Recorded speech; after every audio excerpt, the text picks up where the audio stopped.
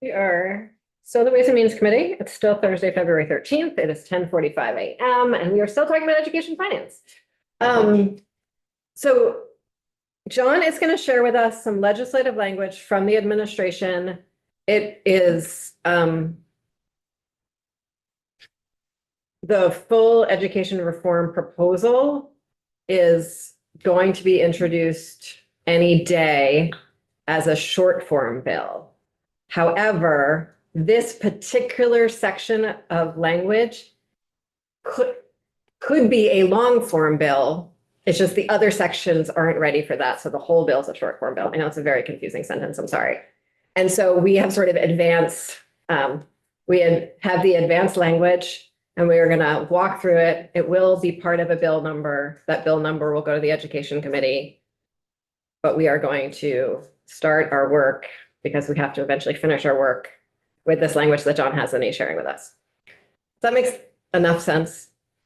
Yes. Okay, great. Thanks. Hi. Yes, please. Cool. So John Gray, Office of Legislative Counsel. Just to orient before I screen share, we're going to be talking today about the state guarantee.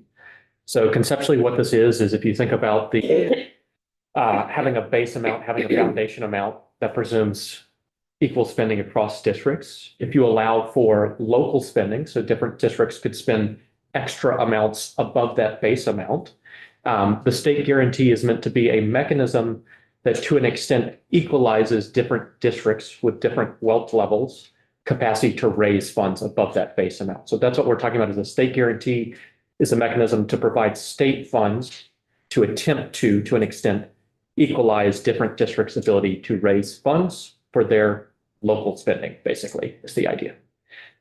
With that, I will pull up the actual language. Nice. Full screen, that's good. I'm going to jump down. We don't need to look through all of the text here, but I'm just going to talk about key definitions. So as just noted, the premise for the whole concept here is right that there's a base amount.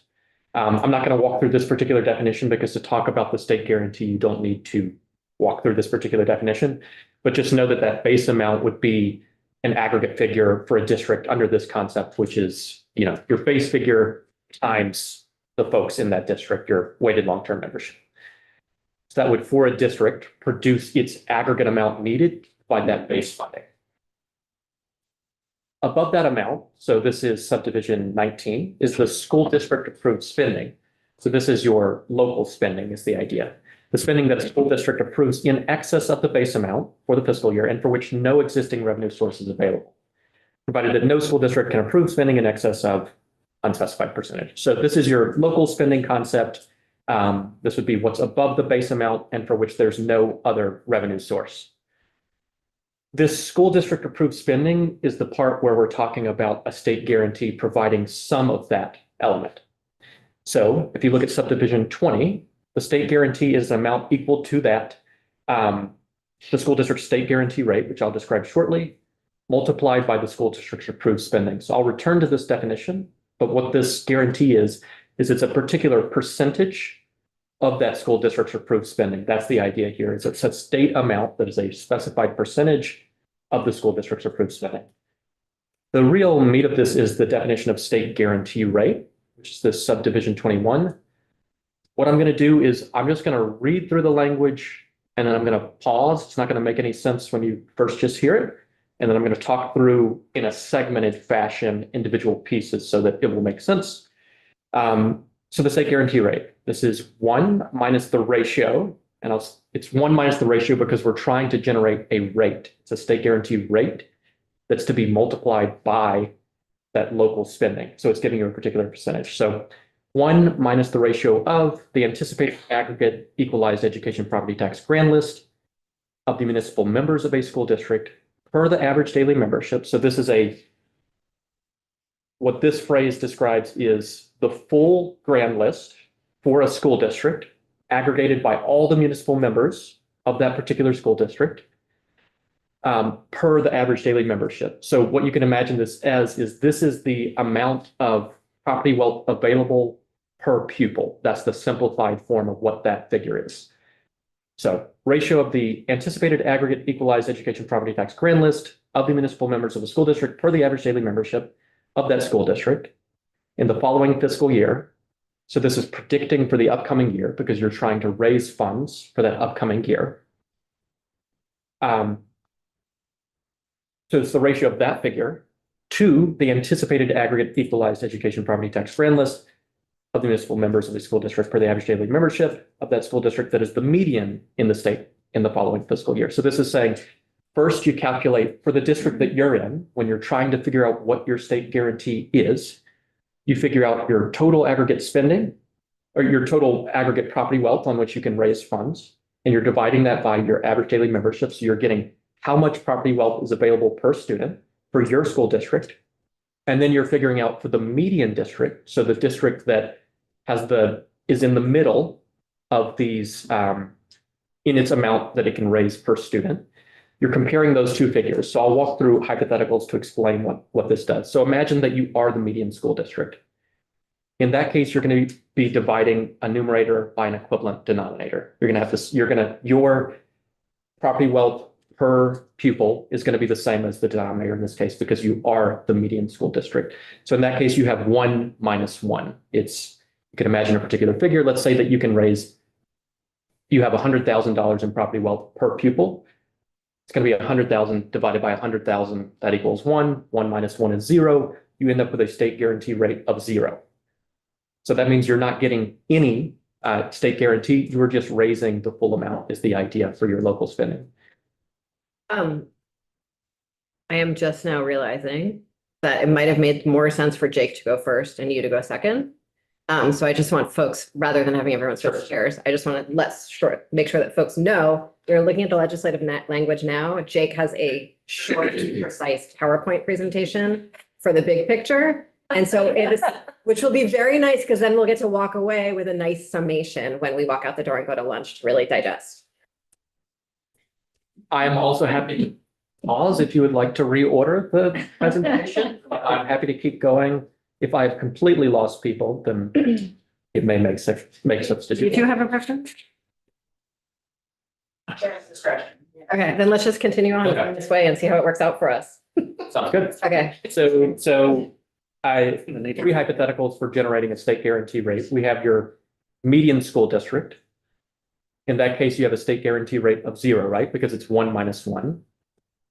Now imagine that you have a relatively property poor school district. In this case, let's say that they have half of the median rate. So they can raise, instead of 100,000 per pupil, they have available in property wealth, 50,000 per pupil. In that case, you would have a numerator of 50,000 per student divided by that median figure of 100,000 per student. So 50,000 divided by 100,000, that gives you 0.5.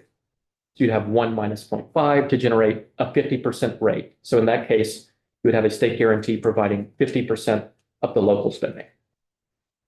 Then imagine a relatively property wealthy district that could raise 150,000, that has available 150,000 per pupil. And I should say that these are entirely hypothetical figures. These numbers are just meant to be easy to think about. You have that 150,000 divided by 100,000, you'd end up with 1.5, 1 minus 1.5, you end up with a negative figure. So those are 3 different hypotheticals you could have under your state guarantee rate. There would actually be a cap on the relatively property wealthy district because we have this proviso, which I haven't read aloud yet, but the very end of this section, provided that no school district state guarantee rate under the subdivision shall be less than 0. So the practical effect, without rerunning all of the hypotheticals, is that if you are in a district that has less property wealth available per pupil relative to the median property wealth district, you will receive a state guarantee. You will receive a percentage that brings you up to what that median district could raise. If you're above it, you're not going to be penalized for that. You would in effect be able to raise at a lower rate the same amount. I'll pause there briefly before I go to the next section, which is super simple, but I just will pause so that people can think. We're good at interrupting. It's okay. Statewide, not district-wide. Yes, exactly. The state guarantee is and that's actually the next piece here. So Nice work. Thank you. setting up the actual amount that's being raised. How do you raise this statewide figure? A statewide education tax is imposed on all non-homestead and homestead property at a rate sufficient to raise the base amount for that year after accounting for forecasted available revenues and the state guarantee. So that rate that's being set is meant to produce both the base amount after accounting for other revenue streams and the state guarantee. So you're raising statewide that state guarantee amount.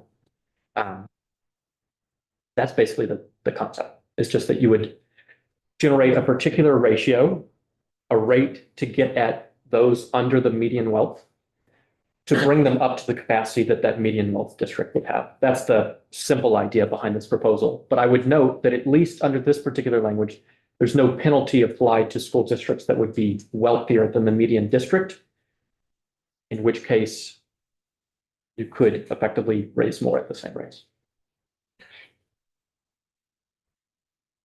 I hope I have not lost every point. It's okay if we get lost as long as we find our way back.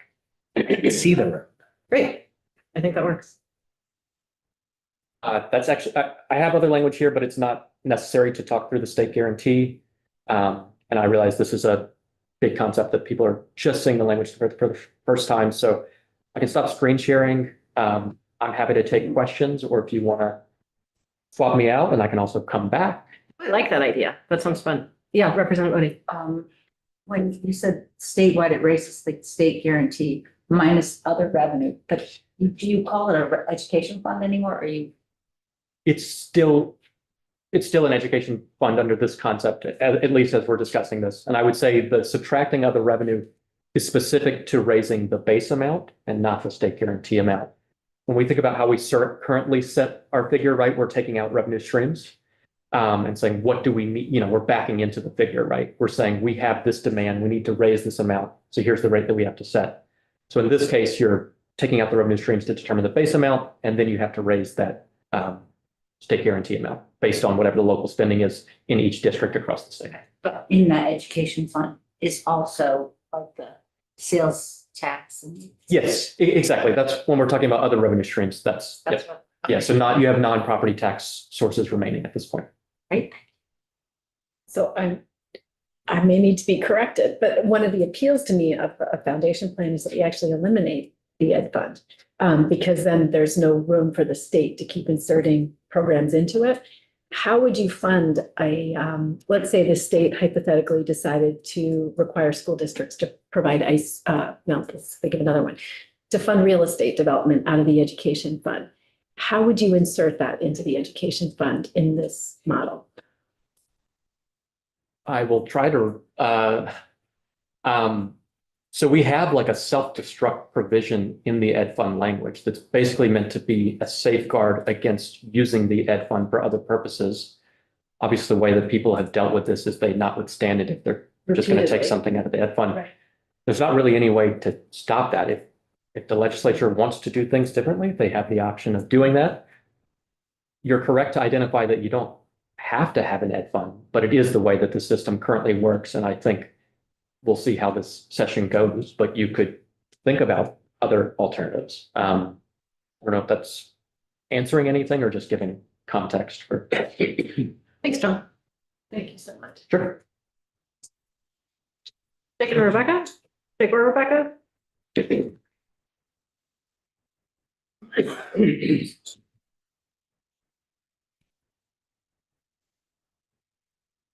Thanks, I can say. Yeah, sure, thank of you. course. And if you all can move down a little bit, that would be great.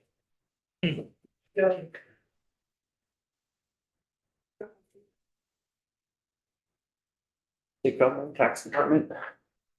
And I'm Rebecca Samrat, Deputy Commissioner of the Tax Department. And that was an awesome introduction from John to the concept we'll be talking about today.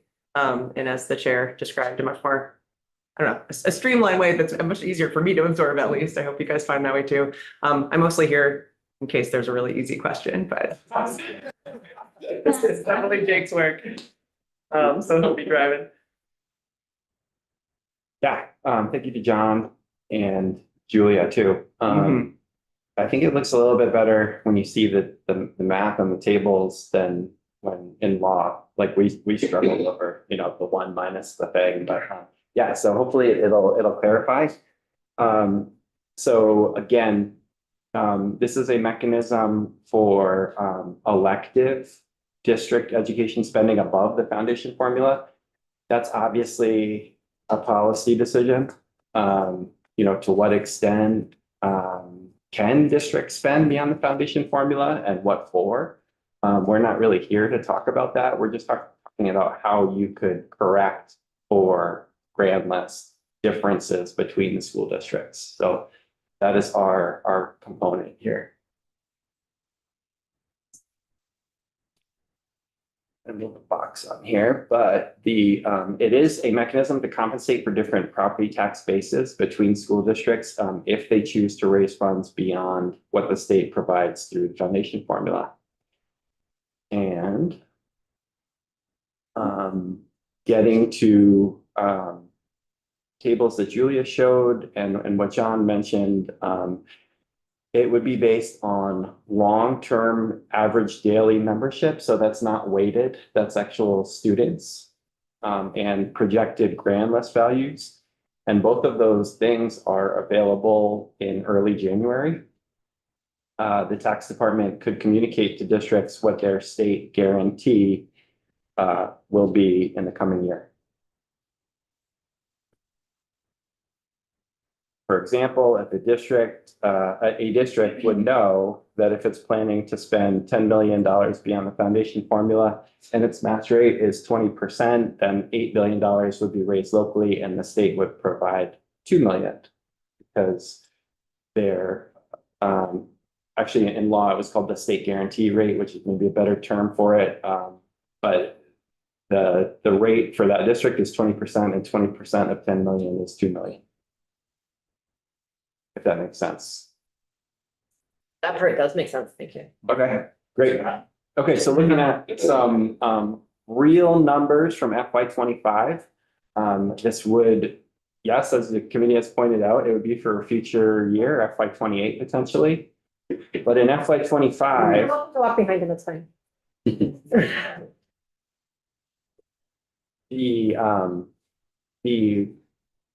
for the proposed regions, that there's 5 of them.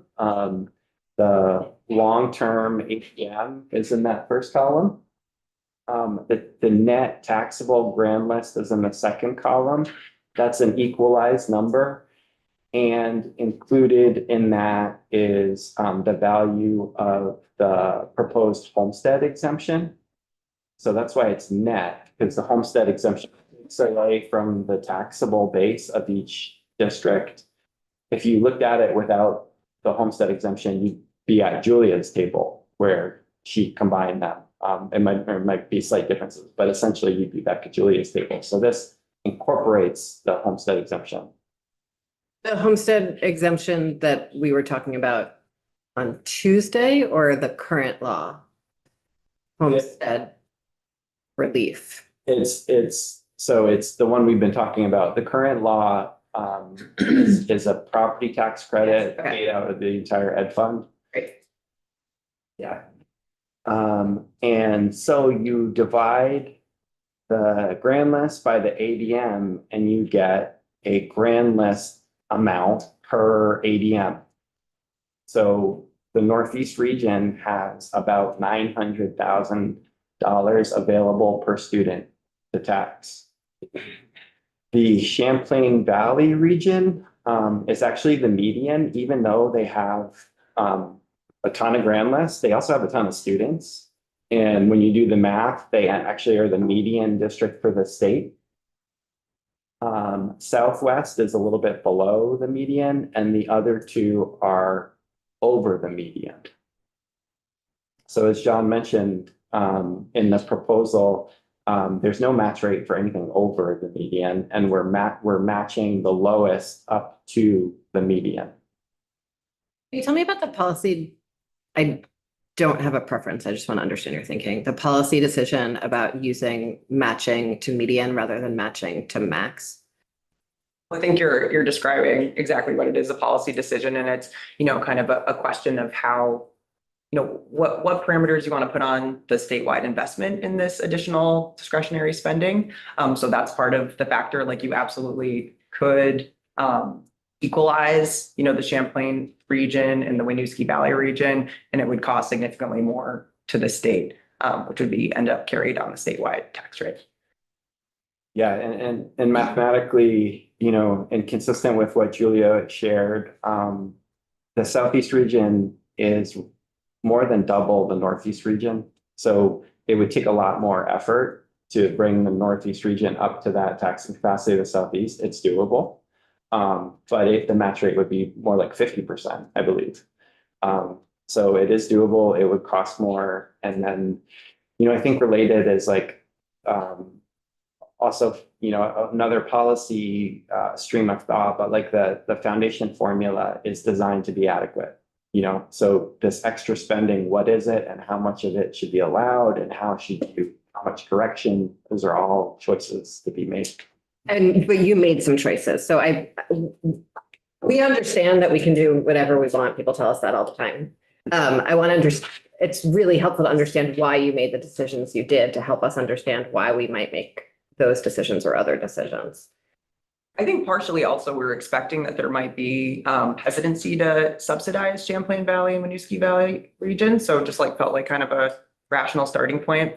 That might not be the case, but that's one of them. And the concept of additional spending in general, it's within this proposal is a very strong recommendation that this is capped and probably capped pretty tightly, like perhaps 5% of the foundation formula or less. And so, that I think if we're still kind of working in a system where there is no capped, it's discretionary spending, it might be more compelling to equalize further to make sure everyone has equal opportunity to spend exactly the same way. But if we're talking about kind of this tight additional layer on top, equalizing to the median is what more palatable, I think. And how is it paid for? That's at the bottom of the next slide, but Oh, sorry. it's paid for out of the ed fund. Okay. From the available sources. Wait until we get to the next slide. Representative Weatherly? Wait until we get to that. Okay. So that's how we determine the match rate. And is it making sense? Starting to, if I just may ask a question, sounds stupid. So Winooski Valley region, Southeast region, if they decide they want to spend more than the base fund, they'll get no help really from the state or from the ed fund. And the other two will get assistance to the extent that the math works. That doesn't necessarily mean they are required to spend more money necessarily. No. So are you saying it's up to the local voters to approve what they're asking for from the state guarantee, or how is that mechanism? Yeah, that's the mechanism. And if the local voters do approve, then the state will kick in a certain percentage.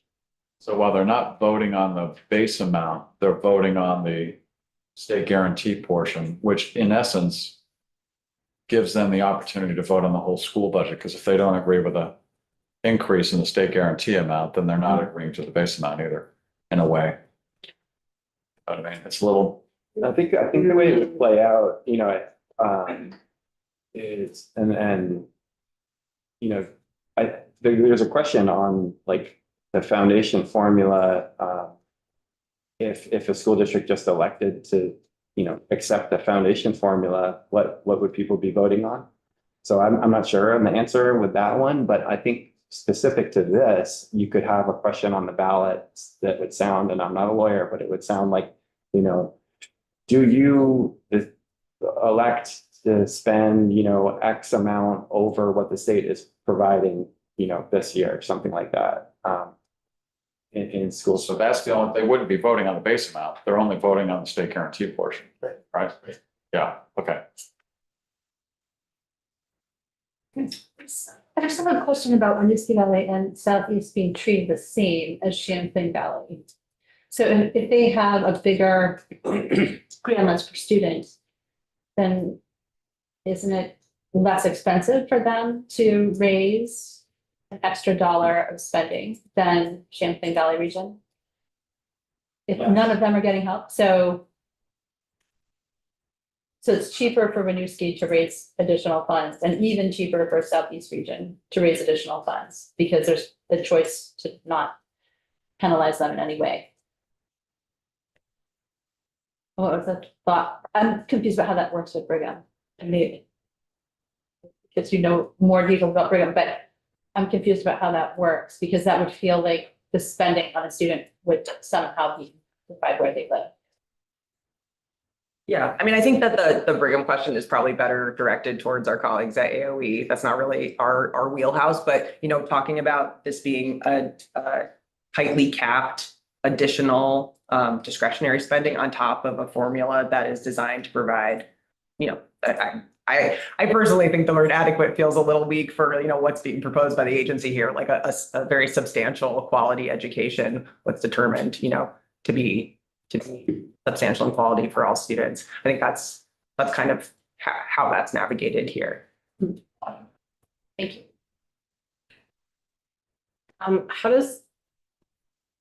Do you have timing in a future slide? I'm sorry, I didn't look at the slides in advance. Not really, no, but what's your question about time? So can you talk us through a timeline and how sort of the, if folks who are either,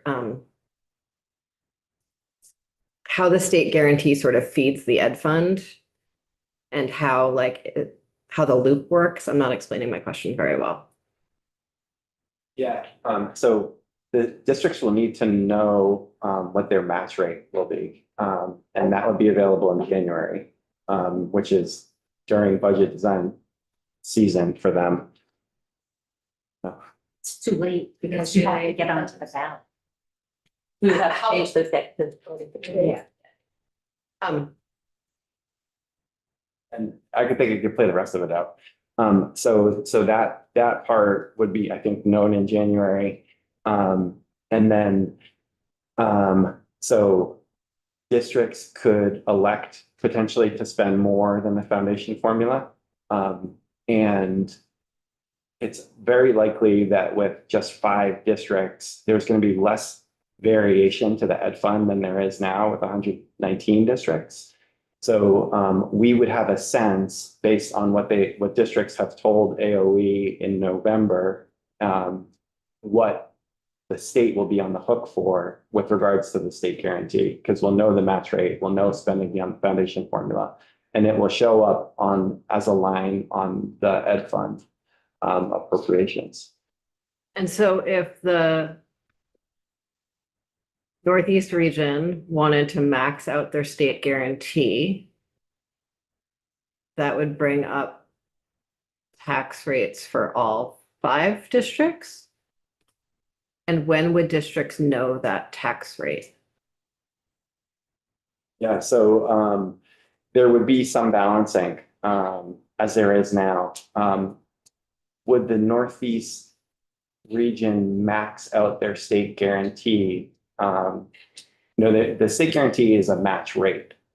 The max is actually potentially something in John's language, an X with a highlight on it, which is how much can you spend beyond the foundation formula. So we could definitely model what the maximum exposure of the state would be. And so that piece could be known, and to insulate other districts from tax rate implications, it could be handled through a reserve. But there is still a tie-in now, as there is a tie-in here as there is in current law, where you need to know what districts are planning to spend to set the statewide base rate. And I hope I'm not getting out over my skis here, Jake, so please correct me if I'm wrong. But one of the advantages, I think, in modeling this 5-district model is having these larger districts with lower variance in the grand list in between them means that the maximum state exposure for the match rate is not that big. It's like in the realm of, it's like less than $10 million, right? Yeah, it's a pretty small number. I think it would be helpful in a future conversation to look at the numbers you've done on sort of that exposure because if our goal is in fact to simplify, if if local voting is happening, then I see an interest in simplifying. I think neither of those things have to happen. And it seems like tax rates will still be unknown. We're still engaging in a somewhat circular process like we are now with this. I understand why it's a simpler circular process, but still a circular process. Much simpler and much more contained. Yes. Although we could budget, if the priority was, getting out of that circular process, you could always budget to the maximum exposure, but then there's the trade-off of having, a property tax rate that's, inflated because of that.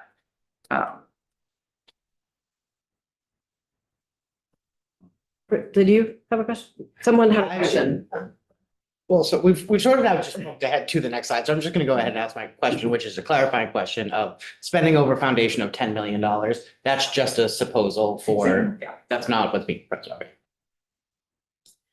Representative Wade. Yeah, and maybe it's been answered already, but Charlie has a kind of different way, but is anybody required to spend foundation amount? It might be a question for Yeah. AOE.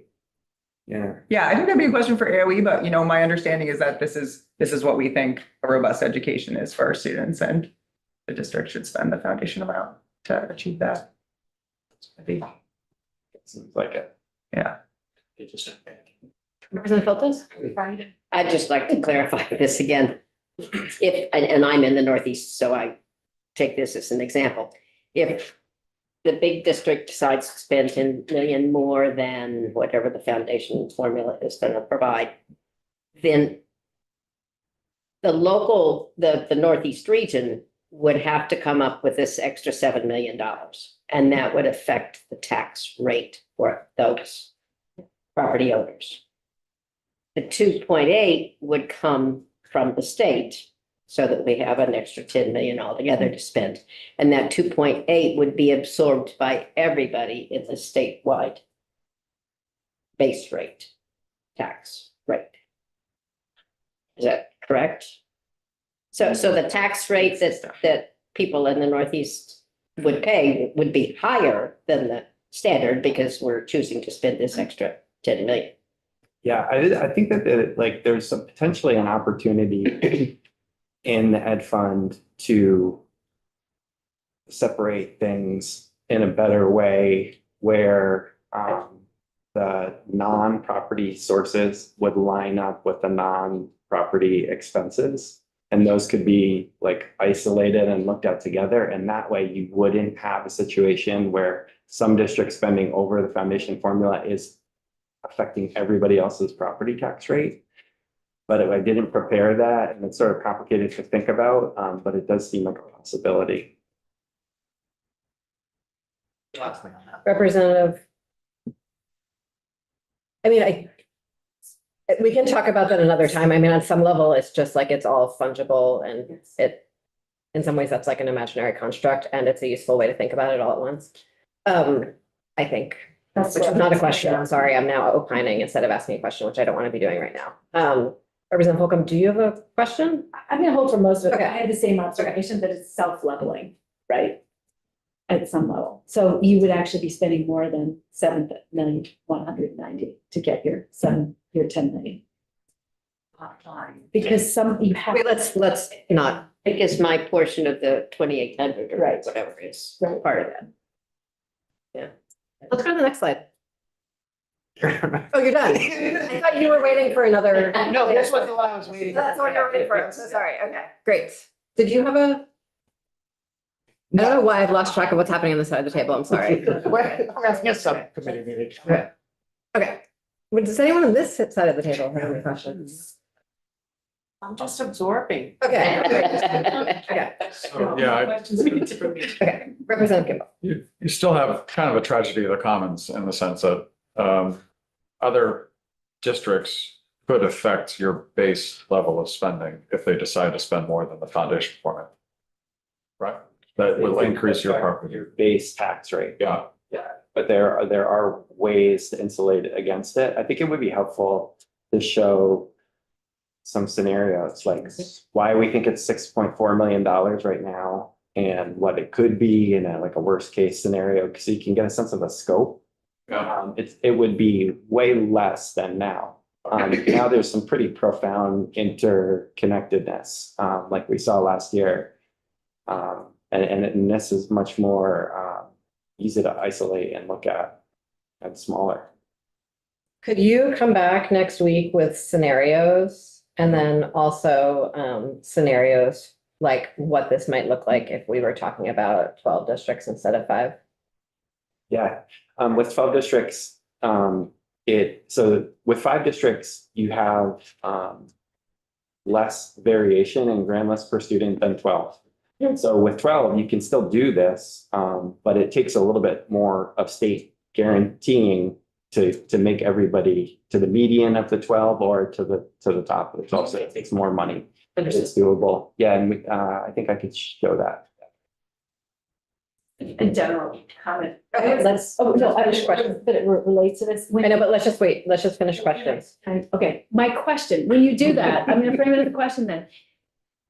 Could you frame it not just as a rate, but also as a prototypical bill? Because a tax bill is not the same as a tax rate. So when you're talking about the overall rate, it will have very different impacts on bills across communities, is my assumption. Yeah, I think so. I think that's a great question. Thanks for framing it as a question. Is it helpful to have John come back and look at the language again now that we have the big picture, or would folks like to digest and then dig in deeper next week? Can we use language one? If we have time, can we use language one? Yeah, we totally can. Yeah. Thank you both so much. It makes more sense. Okay. A great swap. John, you're unfortunately gonna fill out back in, I'm sorry.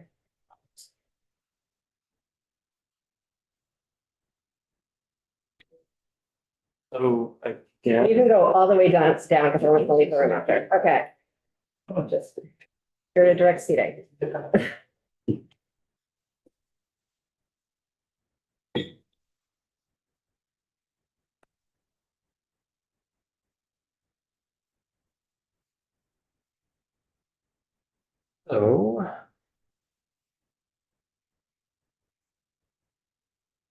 You get back in.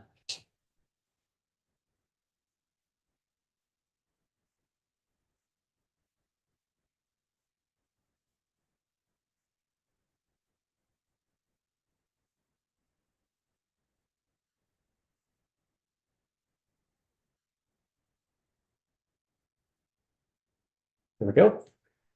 John Gray, again, just to clarify some points from earlier, because I think there was maybe just some kind of base level confusion. You would have a base tax rate, which encompasses both that base amount, the foundation amount for each district, and the state guarantee.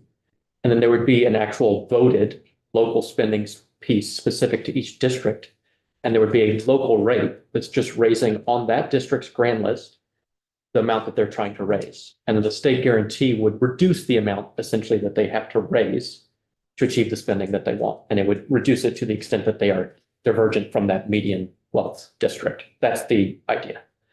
I don't know if you guys want me to talk 1- again, but I will. Can you, wait, before you do that, I just want to make sure I understand. So there is the tax rate that encompasses the sum of all the foundation formulas, payments to every district all over the state, and the amount needed for the state guarantee. That's one tax rate, covers all of that money needed in the ed fund. And then from there, what happens? From there, there would be a local vote, at least in the current concept. There's a local vote on local spending. That's not the term that's used in this draft, but that's the intuitive way to describe it. There's this local spending. That's a local tax rate just applied to the grand list of that school district. And at least in the current concept, those funds don't flow to the ed fund. It's actually the treasurer of the municipality distributes that back to the schools within that district. But those funds are dealt with exclusively within the district. But to the earlier question, could local spending in other districts affect your base tax rate? The answer is yes, because it would be incorporated into setting that rate based on needing to accommodate the state guarantee. That's the extent to which it would affect your district, someone else's spending. So what, but the voters are voting on that local amount, but they're not voting on the base amount. So when I answer any question, it's me guessing as to what the administration proposal is going to get to be. Okay. But the implicit concept, which is I think fair to describe, is that you don't need a vote on the foundation amount. That's a figure that's set, right? It's a per pupil figure that's just, it's a mathematic calculation. You take that base figure per pupil, you look at your weighted long-term membership, you do a multiplication, and then you have your base amount. So there's no need to vote on it, essentially. But you would need a vote on local spending because different districts might elect not to spend, different districts might want to spend lots more money. And at that point, the reason that you have a question about what to do with the state guarantee is that you're trying to ensure, you guys mentioned Brigham, you're trying to ensure some equalization of capacity there. And I think that the discussion around Brigham is right. What about those districts that are above that median figure?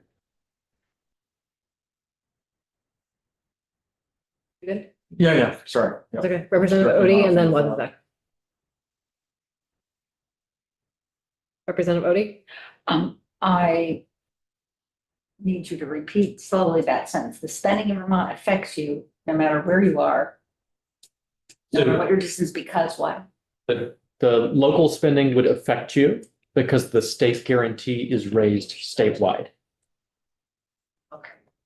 However, local spending in a district that's above the median or at the median would not affect your base rate, at least under this concept, because there would be no state guarantee for those districts that are at the median or above. So it would only be local spending within the districts that are below the median that affect state spending, state guarantee.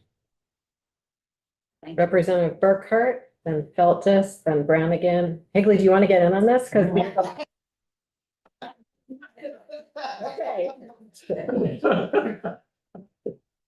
I'm missing how the categorical funding is raised. Okay, Sorry. Am I missing how the categorical funding that's outside of the base is raised? How is that? I don't know how that's raised. That is a big question about this whole proposal. That's thanks for joining us. Okay, that was my question. And the way that saves the taxpayer money over what they pay now, is that the stuff we talked about first day of the session, the change in supervisory personnel and, the bigger districts reducing. Yes. So I will say, I don't know that I can adequately answer where the cost savings in the proposal would come from. I agree with your assessment. That's the testimony that I've heard, is you're going to get efficiencies from scale, potentially reductions in staff and the like, but I would just be repeating what others have said. So I can't speak to where the cost savings would be. The concepts that you guys have discussed today that could limit it are that if you had a particular cap in place for the local spending, that could reduce cost and could reduce the extent to which you need to raise a state guarantee. But if you had no cap in place, one district could spend a ton, one of the relatively property poor districts could elect to spend a lot of money, and it would have an impact on tax rates across the state. Can I ask another question?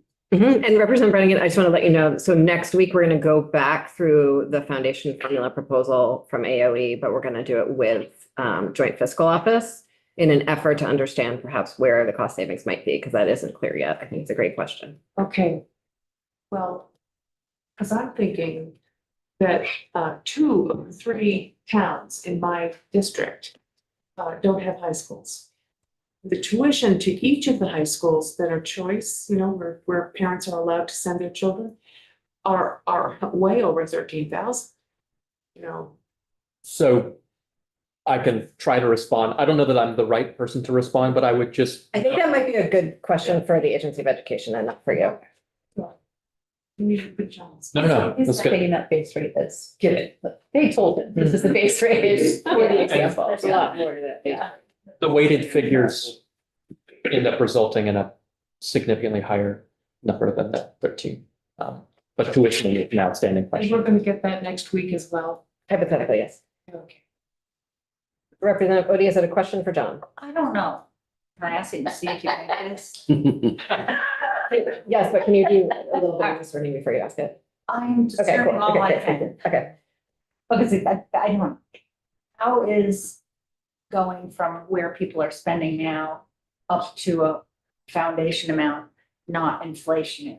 That is not a question for John. Thank you. Thank you. To make sure. Representative Feltus.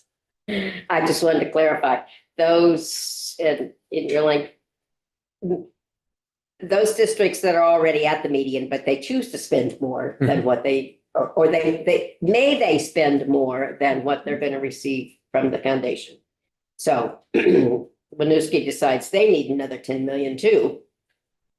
They just raise that on their own in their Exactly. own little district. Exactly. Surcharge for that particular district for that $10 million. They just don't get a state assistance with raising that 10 million. That's exactly right. So under the current proposal, because you have a median set, the As the median is the bar. marker for determining the state guarantee rate. Every district is afforded the opportunity to spend more if they vote to do so.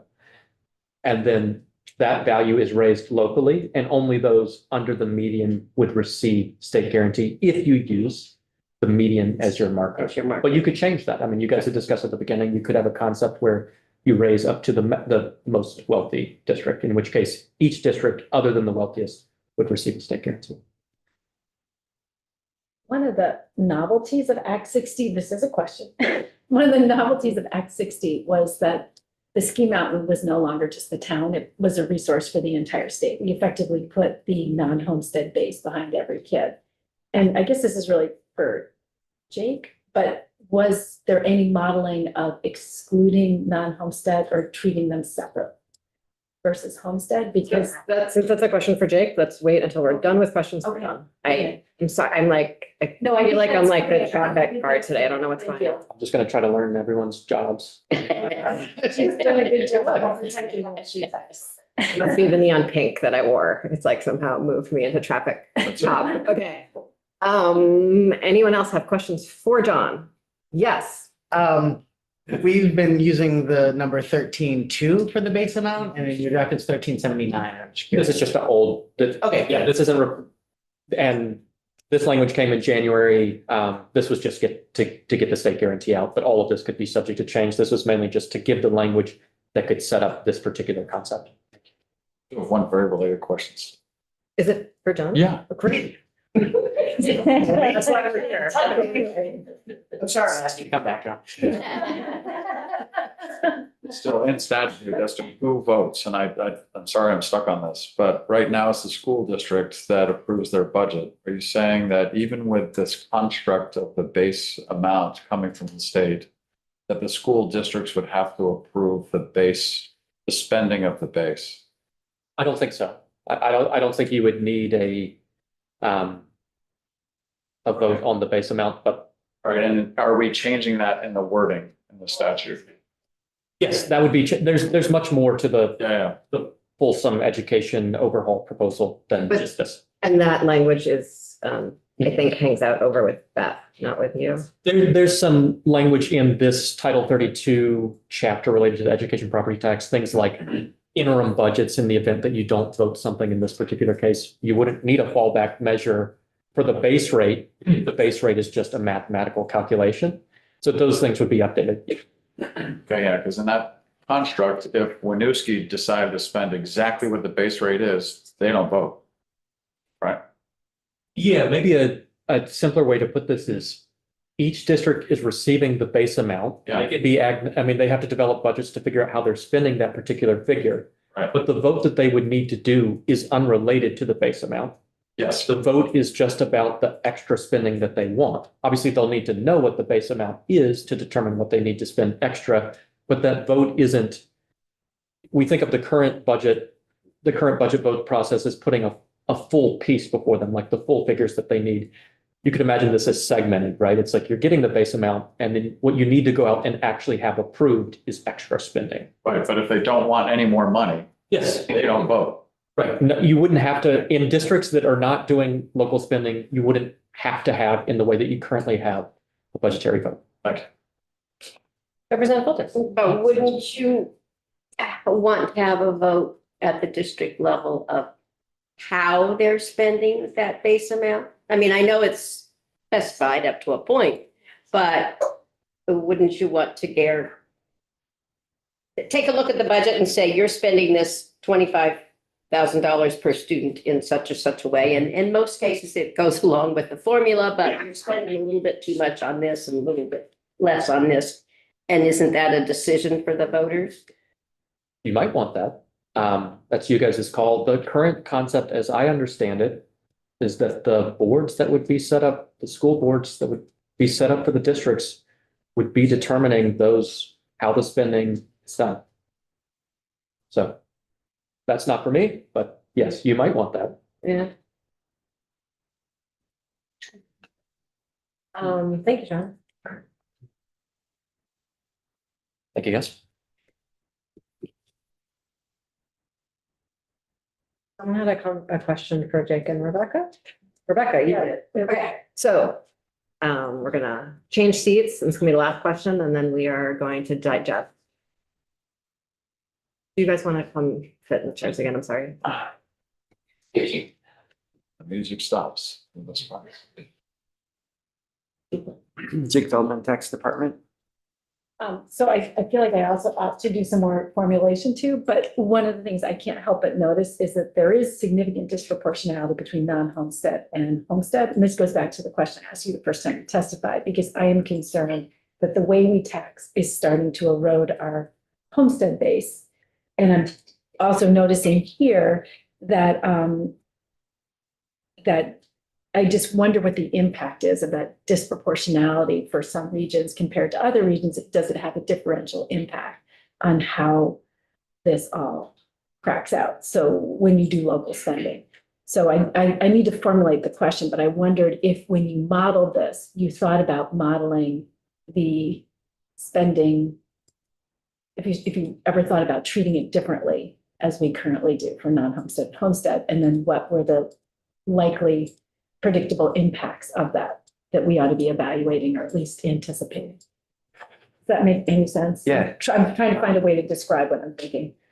I've done so much modeling over the past few months that I feel like I've looked at everything. Your eyes are spinning. Yes, so the variation on non-homestead, like where that lands in the state, is more extreme.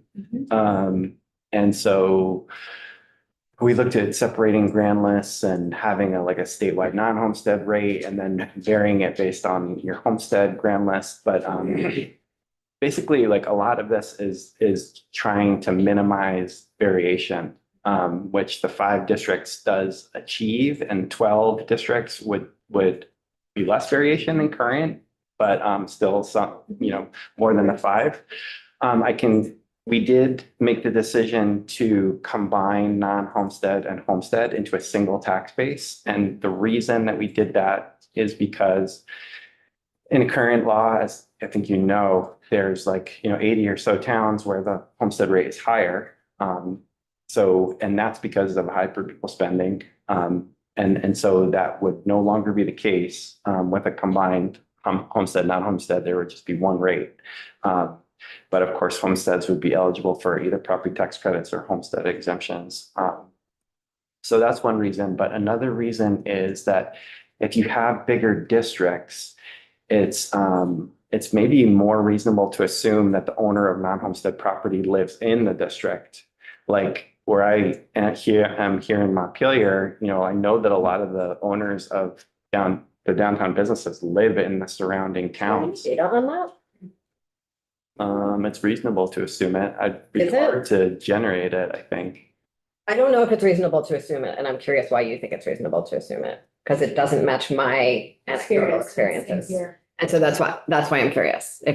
I would love to see data about that, if that's possible. Isn't it more likely that they would live close to where their business property is? I imagine a lot of them live out of state. I don't know. It could be a mile away in New Hampshire. And I think There's no it's a- way- Whoa, we're all talking at once. Yeah. Jake has the floor. He wants it. It's maybe possible to check into. Okay, thank you. Representative I was just gonna offer while we're talking about this, that it might be a regional thing, because I know like you live in Montpelier, being from Barry, like, I would agree with you. We have a ton of non-homestead in Barry that's owned by folks in Roxbury or the small, as opposed to, you know, my colleagues from Brattleboro and Norwich who are much more border towns. So I think that that like might be true, for example, the proposed Winooski Valley district, but not so much true in the Southwest district. Or something. Yeah, it might vary. I mean, I think you and I are kind of responding to what we know about our communities, Right. which are similar, but yeah, maybe Northeast Kingdom, like maybe you have more out-of-state property, maybe you have more forest property owned by companies, so that could be true. Yeah, it'd be hard to research. But then the third reason, for, combining non-homestead and homestead is like, right now, you know, people sort of assume that, you know, because non-homestead is a statewide base rate, that the owners of non-homestead property are like insulated from spending decisions, but they're not. You know, we actually, in tax and JFO's yield model, one of the conditions for December 1st is that the average bill change is the same for homestead and non-homestead. Of course, that can vary through the legislative session and what decisions are made. But non-homestead property owners are definitely exposed to education spending decisions without a doubt. They don't have a vote in a lot of cases, but they are exposed. So if you had 5 larger regional districts, they would be exposed to education spending decisions just like they are now, but it would be of the region where their property is. So those are the 3 reasons, and they're all related to simplification. And then back to Representative Holcomb's point, there's just a lot of variation, homestead, non-homestead, between the existing districts, huge amount of district, or a huge amount of variation, 12, a lot of variation, and even with 5, like Julia showed, you get more variation. So it was a way to kind of level the playing field. Thank you very much. Really appreciate your work. My pleasure. So we are back here at 1:15, folks. Before we wrap up, I have some public service announcements. Other than seeing Charlie. From the speaker's office, these are public service announcements that are happening in each committee. They are not personal to us or anyone in the committee, just want to make them, okay, like really.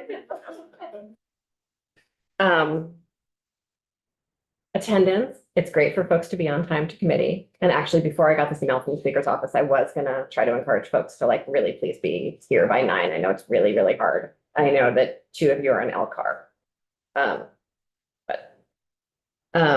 Hallway noise is a problem on every floor, including on our floor, when we take a break and it's a different break time from other committees. That makes it very hard for the committee that is still meeting. So try not to talk in the hallway. You can go all the way down by the bathroom, and kitchen zone if you want. And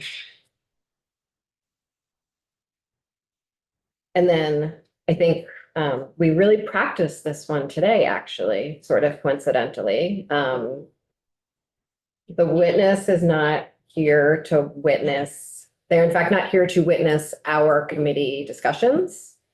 They are here to answer our questions, and we are not here to convince the witnesses of anything. We are just here convincing each other of things, right? And so they answer questions. We have conversations amongst ourselves separately. We don't need to convince them of anything or tell them stories about our own lives or anything like that. Thank you all for your public service announcement witnessing. And yes, Representative Feltes. May I make another public service? Please do. Very awkward. Thank you. Our committee that we agreed to have will be next Wednesday, the 19th at 5:30 at Pinzo's Restaurant, which is part of the Inn at Montpelier. Thank you very much. Looking forward to it. Great. Okay, and do you have a I public service announcement. Thank you for allowing us to do the recursive though, and I apologize if it's hard, but it's not actually about the witnesses. It's about us trying in real time to figure this out. So Yeah, absolutely. thank you to them for bearing with us, and thank you. And we're going to do this all again next week.